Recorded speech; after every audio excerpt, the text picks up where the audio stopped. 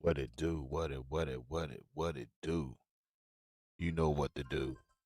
Like, subscribe, share, comment to my YouTube channel. Most definitely hit that bell icon. That's the notification bell that alerts you all content that will drop to my YouTube channel that will hit your devices. So it's very important. Y'all want the latest up to date content. Make sure you hit that bell icon. When you hit that bell icon, that's the notification bell. It will alert you and let you know that I drop the content. So you will be the first one to get the drop. You want to be the first one to get the priority mail drop. Make sure you hit that bell icon. Also, make sure you hit the subscribe button.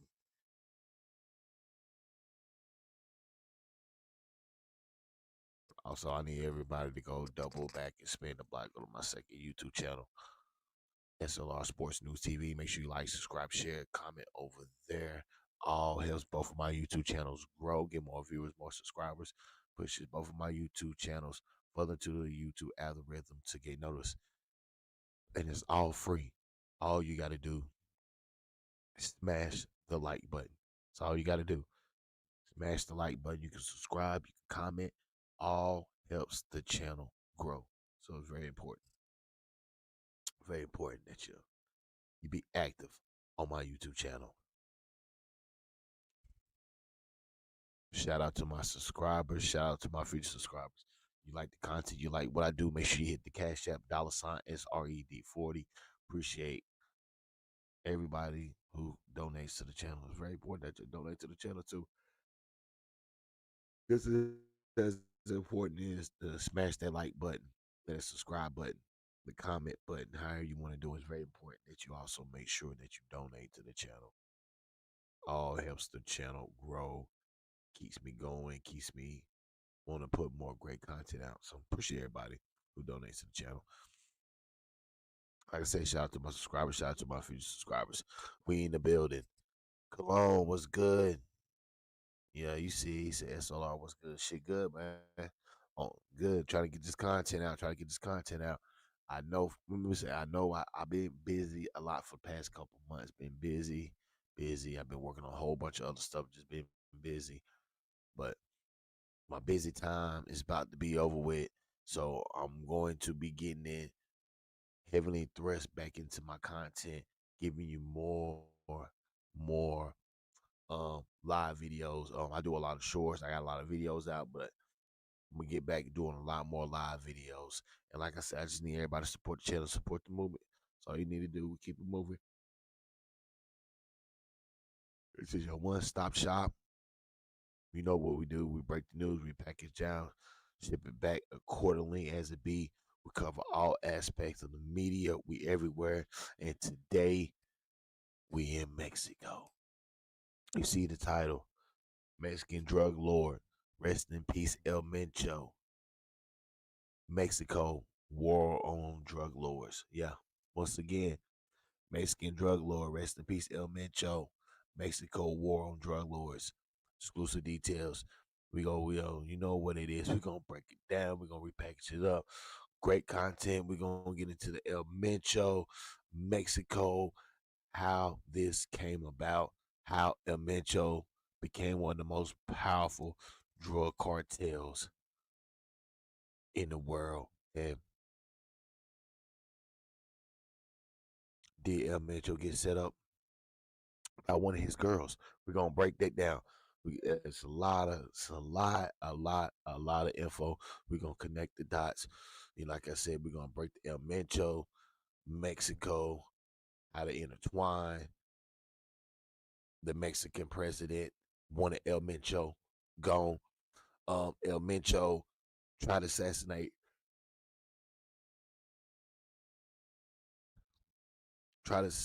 the military guy, the head military guy. So that's what really had it came about. Why was the Mexican authority military was so key, so locked in for getting rid of El Mencho? We're gonna break that down. El Mencho had enemies within the government, and the government main priority was to get El Mencho, and they got him. They got him. Was the girl that El Mencho with set up? We got to get that money. You know we got to get that money. We know we got to get that money up. That's why I need you, Cologne. Make sure you tell them to get that money up. I need you as my spokesman on this channel. Yeah. Make sure you share the live. Make sure you tell everybody to support the channel, support the movement. Get the money up. I put that work in. You know what I'm saying? That's what we do over here. But yeah, we're gonna repackage it down. Okay, like I said, we in Mexico. We in Mexico. We in here. We in here. Guadalajara. We in here. Everywhere. Where the cartels at, S.L.R. is where the cartels at. That's just what we do. We go in dangerous territories. That's what we do. It's what we about. We're gonna go in. We're gonna go in wherever shit is popping at, wherever it's happening at, wherever news is popping at. We're in the building. S.L.R Media TV. We're in the building for sure. So we're about to get into it. Let's get into it. Great content. Let's break this down. El Mencho, Mexican drug lord. Mexico, the war on drug lords. Let's get this shit popping. Let's go.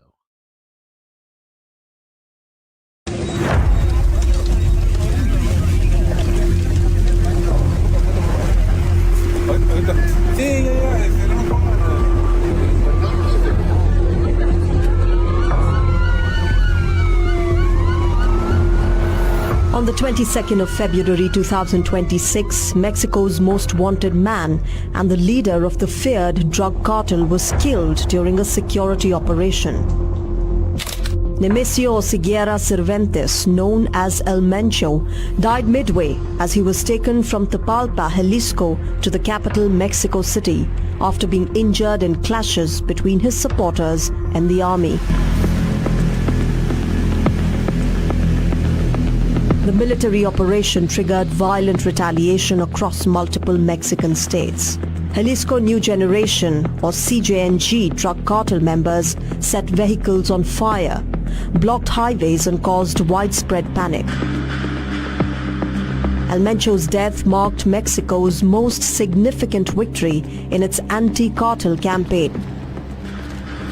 Mexican President Claudia Sheinbaum has expelled more than 100 convicted drug kingpins to the US to appease rising demands from Donald Trump, who pressured Sheinbaum to allow American military forces in the fight against drug gangs. So far, Claudia has rejected direct US involvement but has strengthened bilateral security and intelligence cooperation. Meanwhile, President Donald Trump made a cryptic post on social media platform Truth Social and wrote, "We are winning too much. It's just not fair."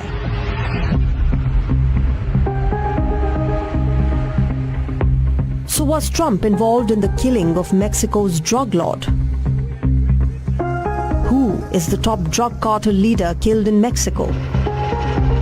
What is CJNG cartel, Mexico's major drug trafficking player? Where do cartels acquire their firearms from? And how serious is the fentanyl crisis in America? We explore these questions and more on Beyond Wide Angle this week.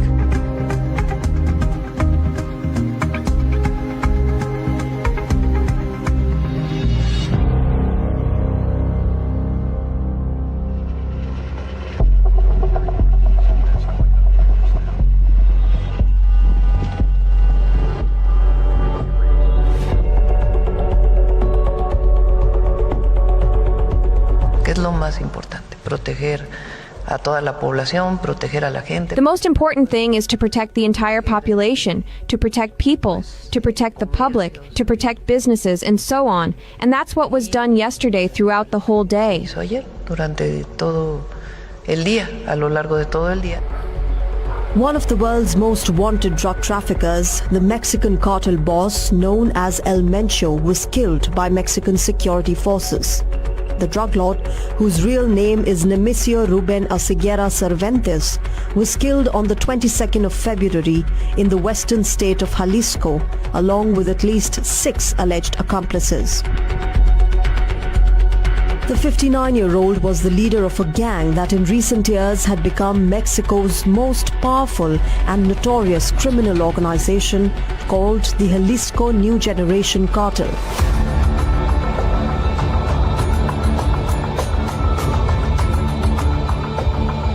El Mencho's killing caused an immediate outbreak of disorder across the region he ruled, displaying his huge influence across Mexico and other parts of Latin America.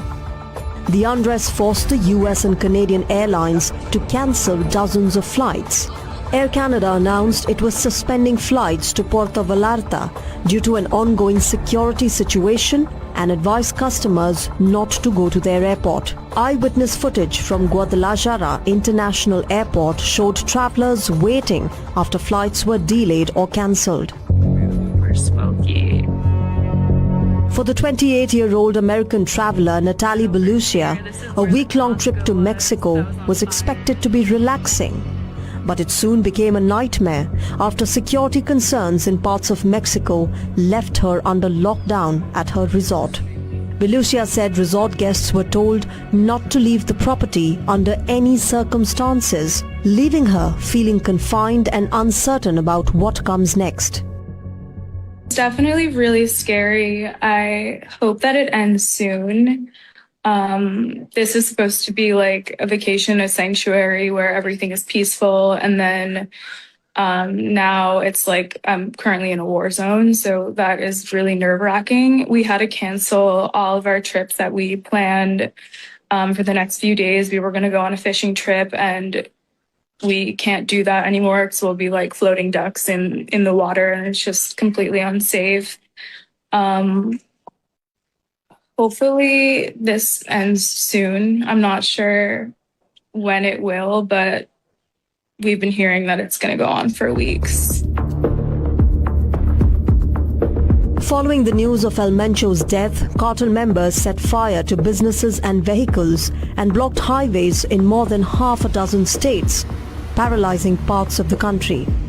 Vivimos horas críticas en las que se atendieron incidentes en distintos. We experienced critical hours in which incidents were addressed in different parts of the state and the metropolitan area. Coordination between various agencies at all levels of government was key. The main objective on this day has been to safeguard the safety of the people. Therefore, early this morning, from this security meeting, which is in permanent session, we activated Code Red, which remains in effect. Se encuentra en sesión permanente, activamos el Código Rojo, mismo que continúa hasta este momento. Police patrolled the capital streets as residents expressed fear and concern. Bueno, pues una situación. Well, it's a situation. On one hand, it's definitely a strong blow to organized crime. However, we also have to recognize that the damage they cause us as citizens is huge. For example, there are curfews, buses being burned. It's really unfortunate what's happening, and we hope the authorities soon take control of this situation. Hay toques de queda.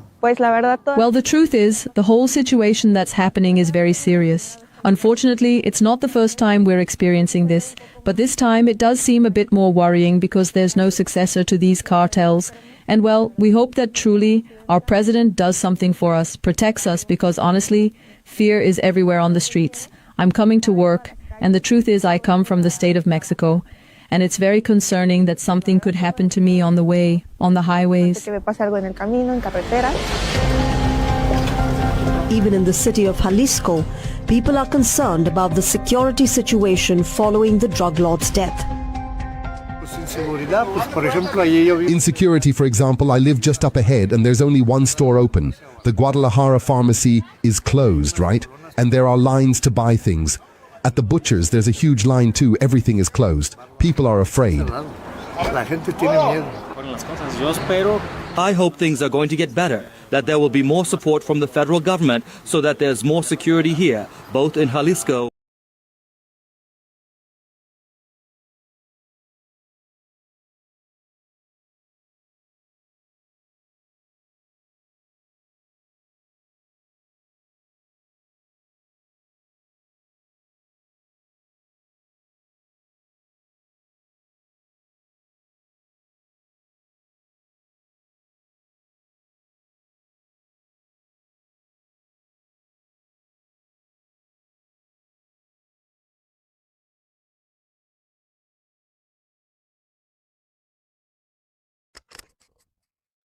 They're saying that's the girl right there that set El Mencho up.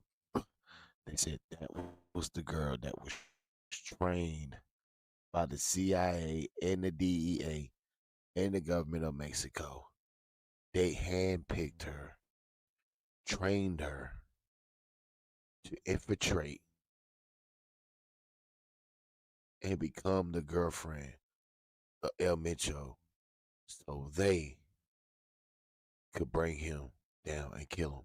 That was the only way that they could be able to get El Mencho was through a female.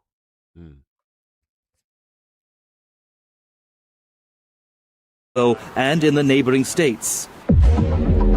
In Mexico, at least 25 members of the National Guard military police were killed in retaliatory violence in the state of Jalisco after the killing of a drug lord. According to Mexico's defense ministry, Mexico has sent 2,500 soldiers to the west of the country to bolster security. In Jalisco, 6 attacks were recorded in which 25 members of the National Guard, a prison guard, and an officer from the State Attorney General's office sadly lost their lives. At the hands of these cowardly criminals, a woman lost her life. 30 members of organized crime, 30 criminals, were also counted among those who lost their lives in these attacks.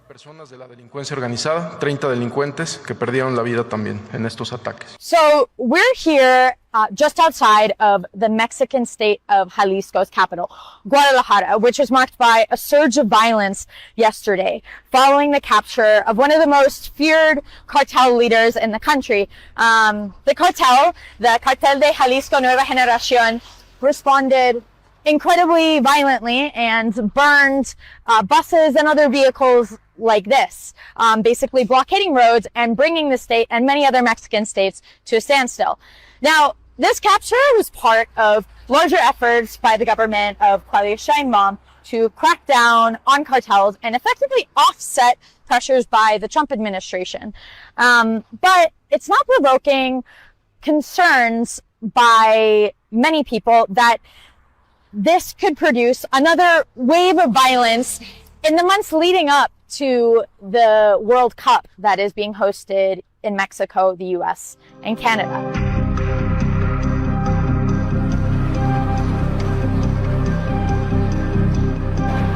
So who was El Mencho, the feared cartel leader killed in the military operation? He was considered as one of the handful of names that have had a huge impact on the history of Mexican organized crime. Born in July 1966 in the western state of Michoacán, El Mencho later moved to the United States. According to the U.S. Drug Enforcement Administration, he was involved in drug trafficking from the 1990s. In 1994, he was convicted in California for conspiracy to distribute heroin and served 3 years in a U.S. prison. After he returned to Mexico, El Mencho worked as a police officer in the western state of Jalisco, but soon resumed his criminal activities, building his influence in the shadowy world of narcotics. He formed and led the Jalisco New Generation Cartel, or the CJNG, which was considered Mexico's most powerful cartel boss since Sinaloa kingpin Joaquin El Chapo Guzman, who was arrested in 2014. And not just Mexico's El Mencho, soon became one of the world's most wanted fugitives, with the United States alone offering a $15 million bounty for information leading to his arrest.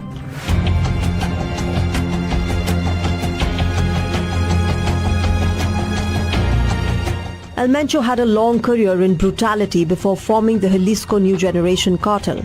He served as chief of hitmen, or key enforcer, for the Milenio Cartel, before overseeing security and operational violence for the famed Sinaloa Cartel, whose former leader Guzman is serving a life sentence in a U.S. prison.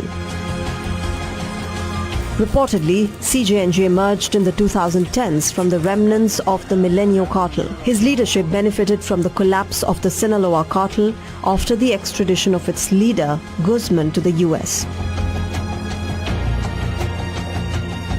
Subsequent battles between warring factions in Sinaloa ultimately tore the group apart. The New Generation cartel was to dominate a significant portion of the fentanyl trade after the fall of El Chapo's sons. One of them, Joaquin Guzman Lopez, handed himself in to the US authorities and brought down his group's biggest rival, Ismael Almeo Zambada, with him. El Mencho was a clear beneficiary of the vacuum and the dramatic sequence of events in Sinaloa.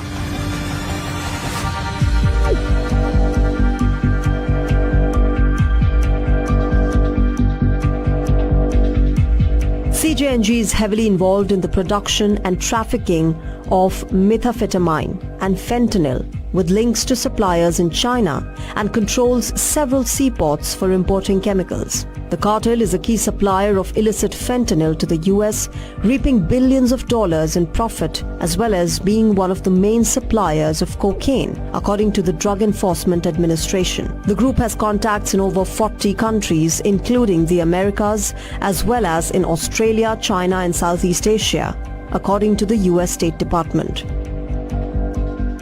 The US designated CJNG as a terrorist organization in February 2025, and El Mencho had already been indicted multiple times in US, including being charged in 2022 with conspiracy to manufacture and distribute methamphetamine, cocaine and fentanyl for importation into the US. Mexico had been under pressure from US President Donald Trump to do more to limit the flow of drugs to the US.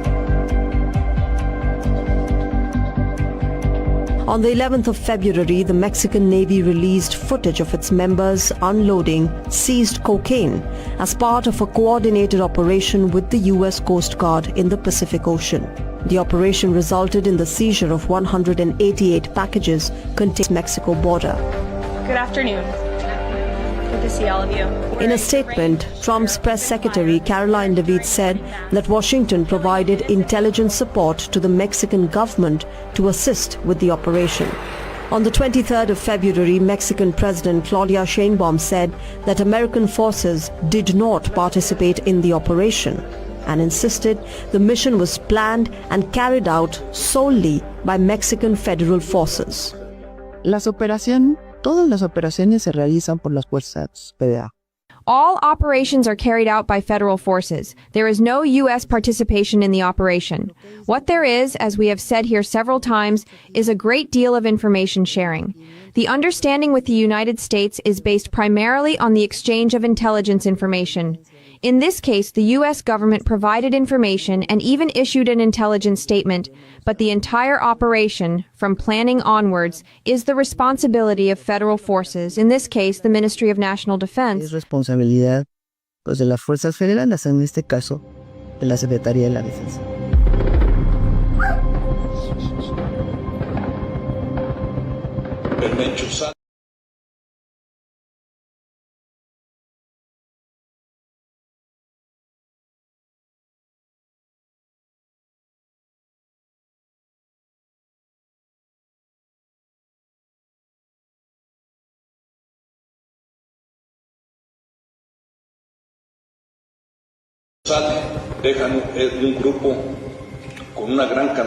El Mencho came out. They left behind a group with a large quantity of weapons. It really was a very violent attack carried out by the organized crime personnel, and the military special forces personnel repelled the action. 8 criminals died there in total. Fallecen ahí en total 8 delincuentes.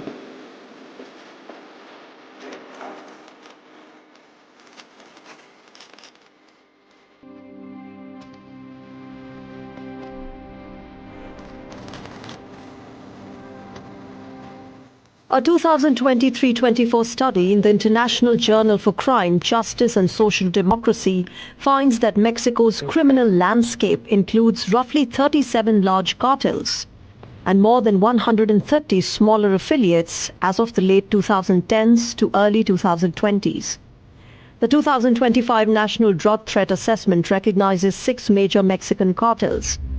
The largest and the most established one is the Sinaloa cartel, which is currently fractured by an internal war. El Mencho's organization, Jalisco New Generation Cartel, known for extreme violence and paramilitary structure and operations extending into Latin America, United States and multiple countries as far as Europe and Asia. Then there is Gulf Cartel, one of Mexico's oldest criminal organizations based in Tamaulipas on the US border. Originally the armed wing of the Gulf Cartel, Northeast Cartel is now independent and operating primarily in Tamaulipas and Nuevo Leon. La Nueva Familia Michoacana is a Michoacan-based organization that emerged from the splintering of earlier groups in that state. Then there is United Cartels, a coalition of smaller groups that formed specifically to resist CJNG expansion into Michoacan.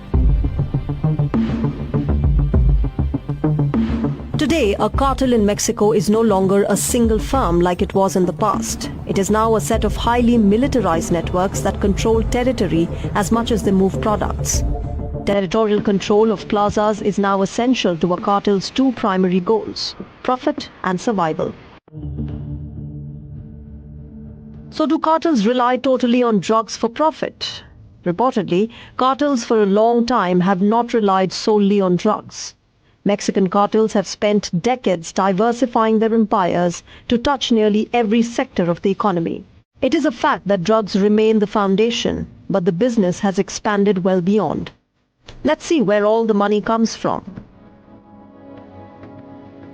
Drugs, which remain the primary source, extortion, fuel theft, human and sex trafficking, arms trafficking, kidnapping, illegal resource extraction, cargo theft, and money laundering.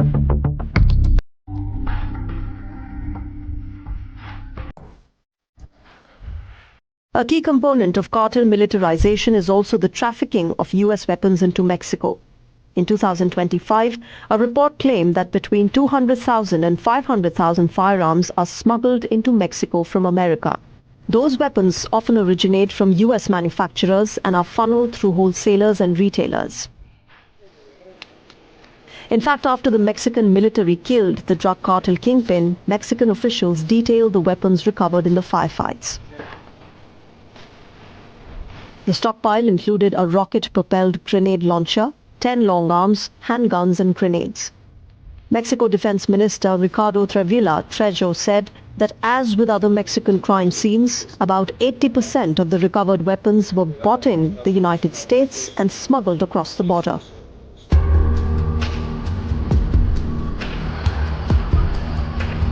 Gun ownership in Mexico is tightly restricted. Reportedly, there is only one military-run gun store in the country, in Mexico City, where weapon sales are strictly regulated.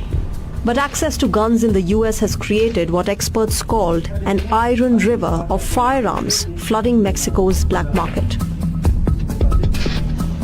Statistics from the US Bureau of Alcohol, Tobacco, Firearms and Explosives, or the ATF, back up Mexico's figures, that the vast majority of weapons in Mexico come from the US. The ATF said 74% of the guns used in a crime were linked to an American purchaser from 2017 to 21. Mexico has long blamed US firearms for thousands of deaths in the country each year. The Mexican government in 2021 sued American gun makers, claiming they were aiding and abetting the trafficking of firearms south of the border. In 2025, the US Supreme Court ruled unanimously against the Mexican government in its attempt to hold American gun makers liable for violence and atrocities committed by Mexican drug cartels.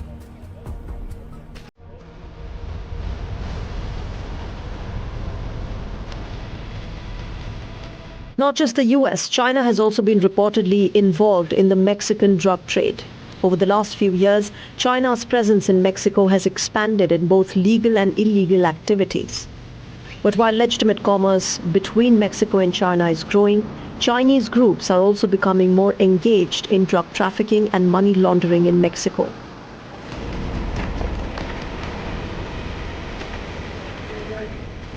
Chinese drug trafficking networks continue to be the principal suppliers of precursor chemicals for the production of methamphetamine and fentanyl to Mexican cartels that produce both drugs in Mexico. And Chinese money laundering networks have become the go-to money launderers for the Mexican cartels. from opium cultivation to precursor chemical supply. China has been quietly immersed in Mexican drug trafficking and the narcotics trade for over a century. While El Mencho's death comes as a relief for Mexico, the crisis is far from over. Cartels have survived the fall of every kingpin before him. And this time may be no different, because this is not just Mexico's problem.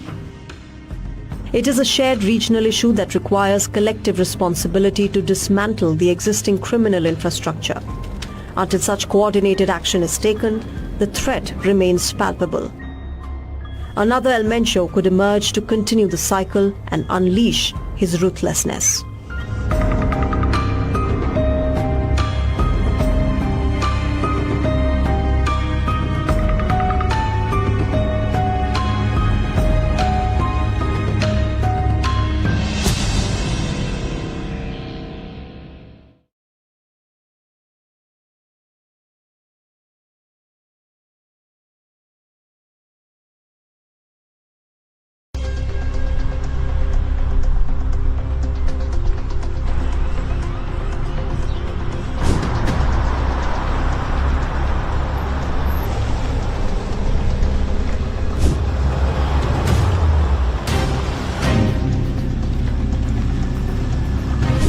As Mexico remains on edge following the killing of powerful drug lord Nemesio Ruben Oseguera Cervantes, also known as El Mencho, a new revelation has emerged regarding the operation that led to his elimination.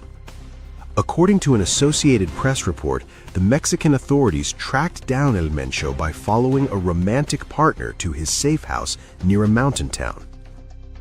Both Mexico and the United States had spent years tracking El Mencho, who faced numerous arrest warrants for organized crime and drug trafficking in both countries.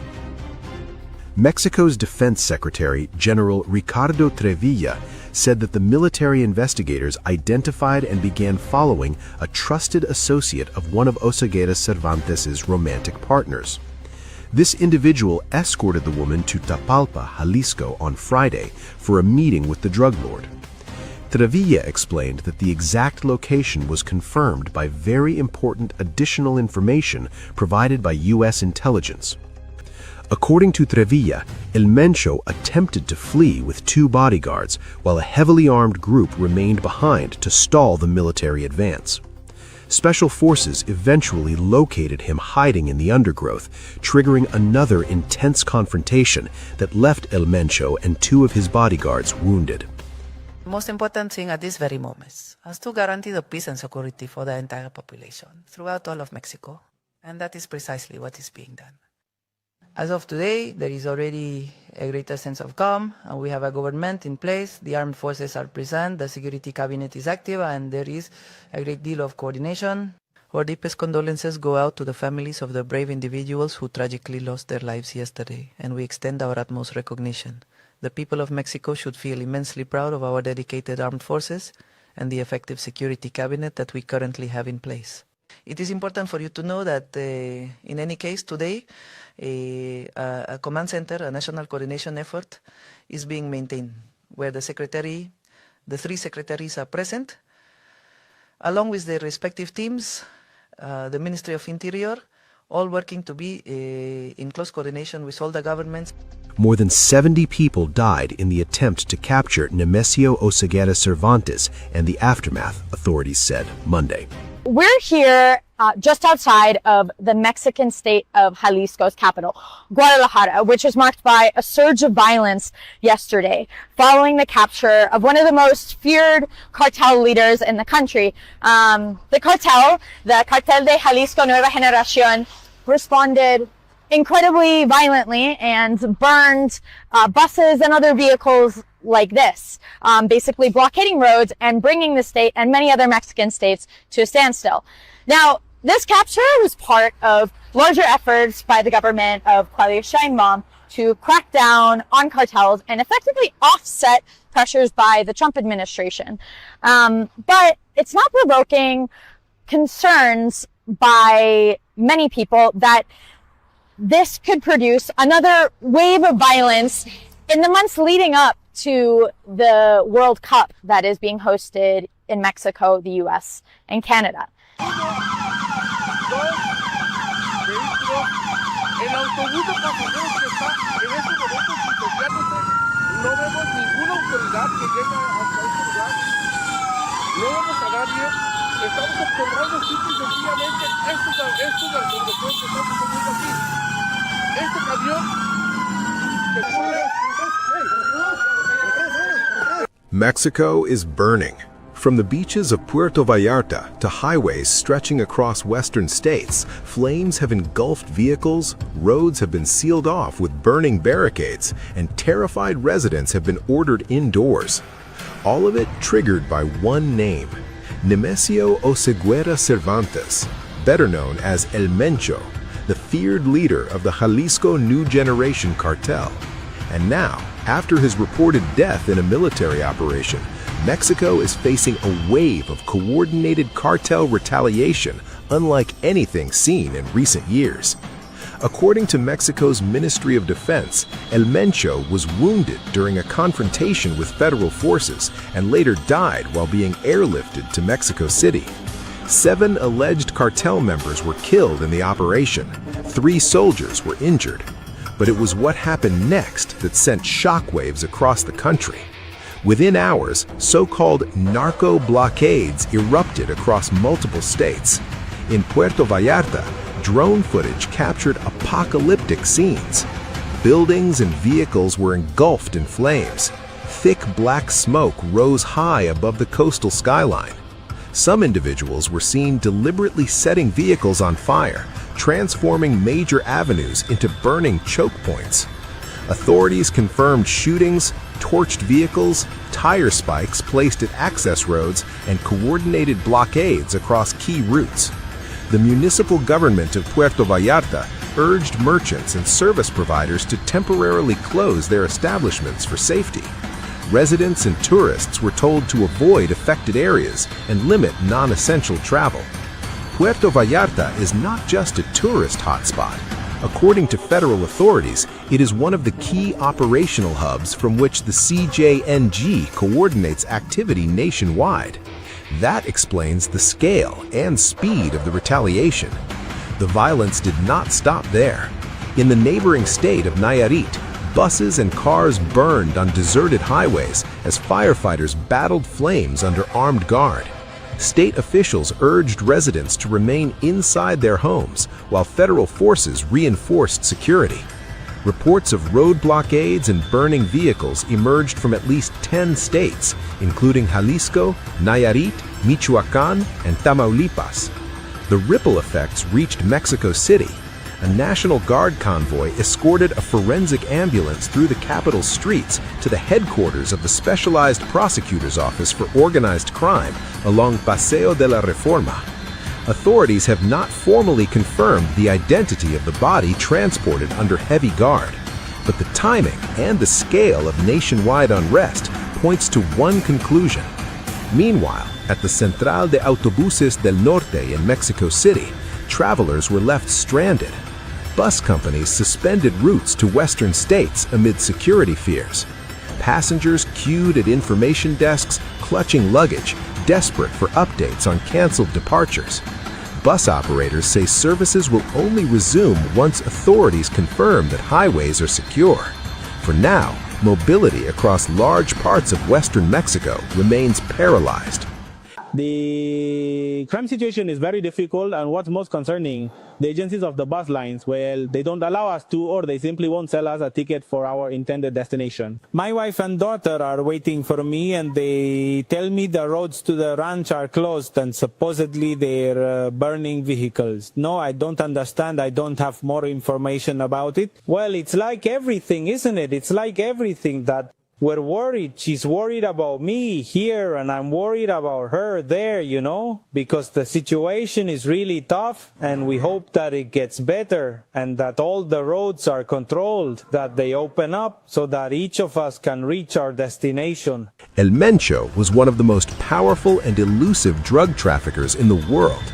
The United States had offered a $15 million reward for information leading to his capture.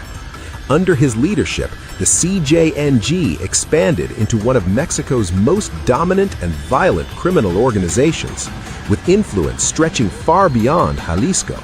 His death, if fully confirmed, represents a seismic shift in Mexico's criminal landscape. But it also raises a dangerous question: who fills the vacuum?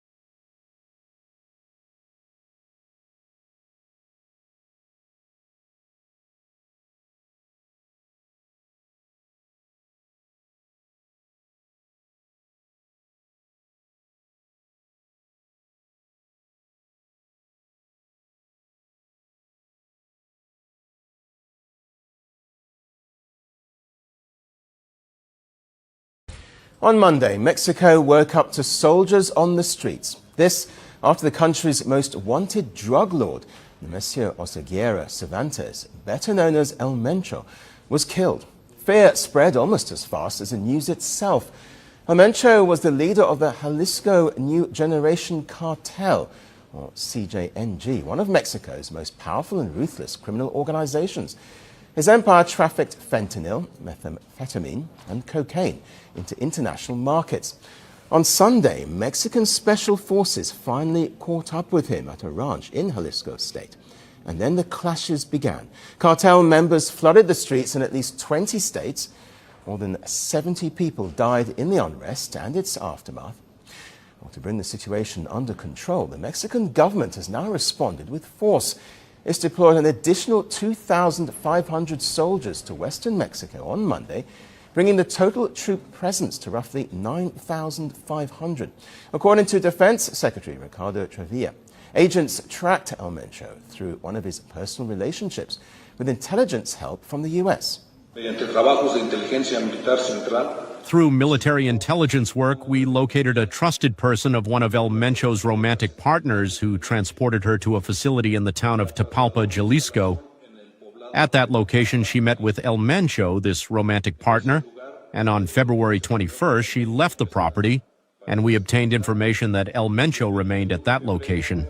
Se retira del inmueble y se obtuvo información. According to Mexico's Defense Secretary, the entire operation was carried out in 24 hours. And to avoid arousing suspicion, the mission was primarily carried out by ground forces with limited air support from helicopters. They went into a wooded area. This cabin complex was on the outskirts of Tapalpa, so adjacent to it was a wooded area, and that's where El Mencho and his inner circle headed. A perimeter was established. Special Forces personnel pursued them. They located him hidden in the brush. They opened fire against the Special Forces personnel.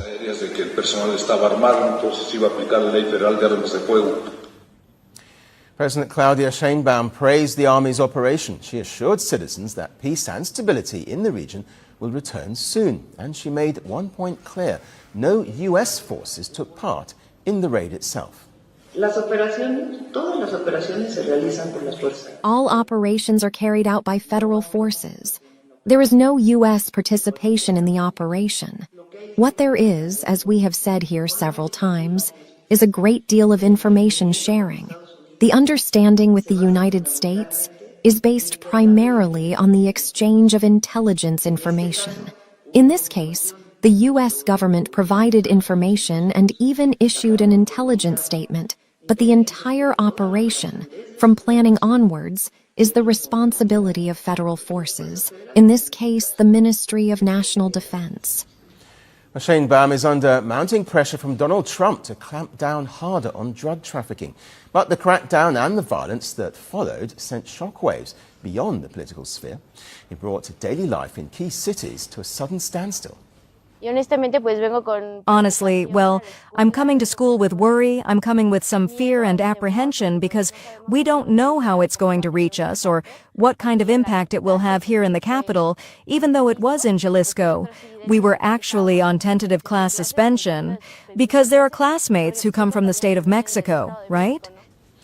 In Guadalajara, schools were shut and public transport was suspended. As fearful families stayed indoors, tourists head inside hotels, watching the unrest unfold from behind glass windows. It's definitely really scary. I hope that it ends soon. This is supposed to be like a vacation, a sanctuary where everything is peaceful. And then now it's like I'm currently in a war zone. So that is really nerve-wracking. We had to cancel all of our trips that we planned. For the next few days, we were going to go on a fishing trip, and we can't do that anymore because we'll be like floating ducks in the water, and it's just completely unsafe. Hopefully this ends soon. I'm not sure when it will, but we've been hearing that it's going to go on for weeks. El Mencho's death sends a message, but it also creates a vacuum. Analysts are warning that his killing could trigger a domino effect beyond Mexico, especially in Ecuador and Colombia, where parts of the CJNG's cocaine network operates. Their regional partners may renegotiate routes, and rival groups may begin fighting for control. Well, it's all opened up a tinderbox of difficult questions. What happens when one of the hemisphere's most powerful crime bosses falls? And does the government have the resources and the will to continue the fight? Well, for more on this now, we're joined by Juan Pablo Luna, the Diamond Brown Chair in Democratic Studies at McGill University and Professor of Political Science there. He's joining us live from Montreal, Canada. Welcome to the program. How much power, then, do these cartels actually have, do you think, especially when you consider the scale of the violence that has followed El Mencho's death? Yeah, this is one of the most violent cartels in Mexico histories.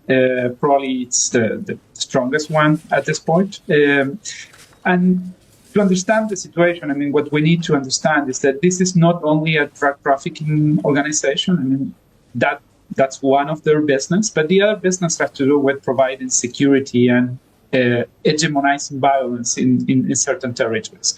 So this cartel was prominent and became prominent after a previous backing by centralizing power and monopolizing coercion in a significant chunk of Mexican territory.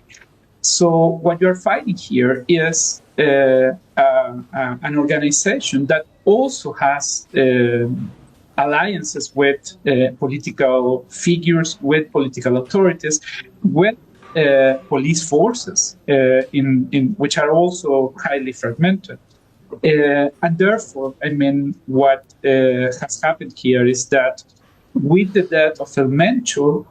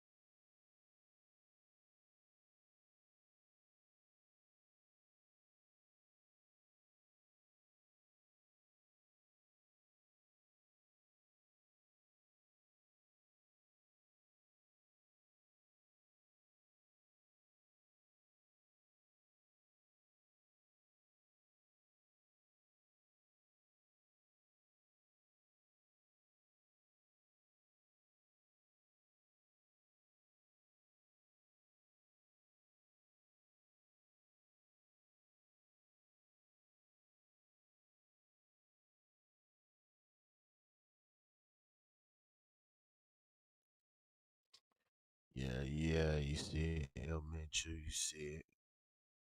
you see it, how he became the #1 most wanted narco drug lord in Mexico.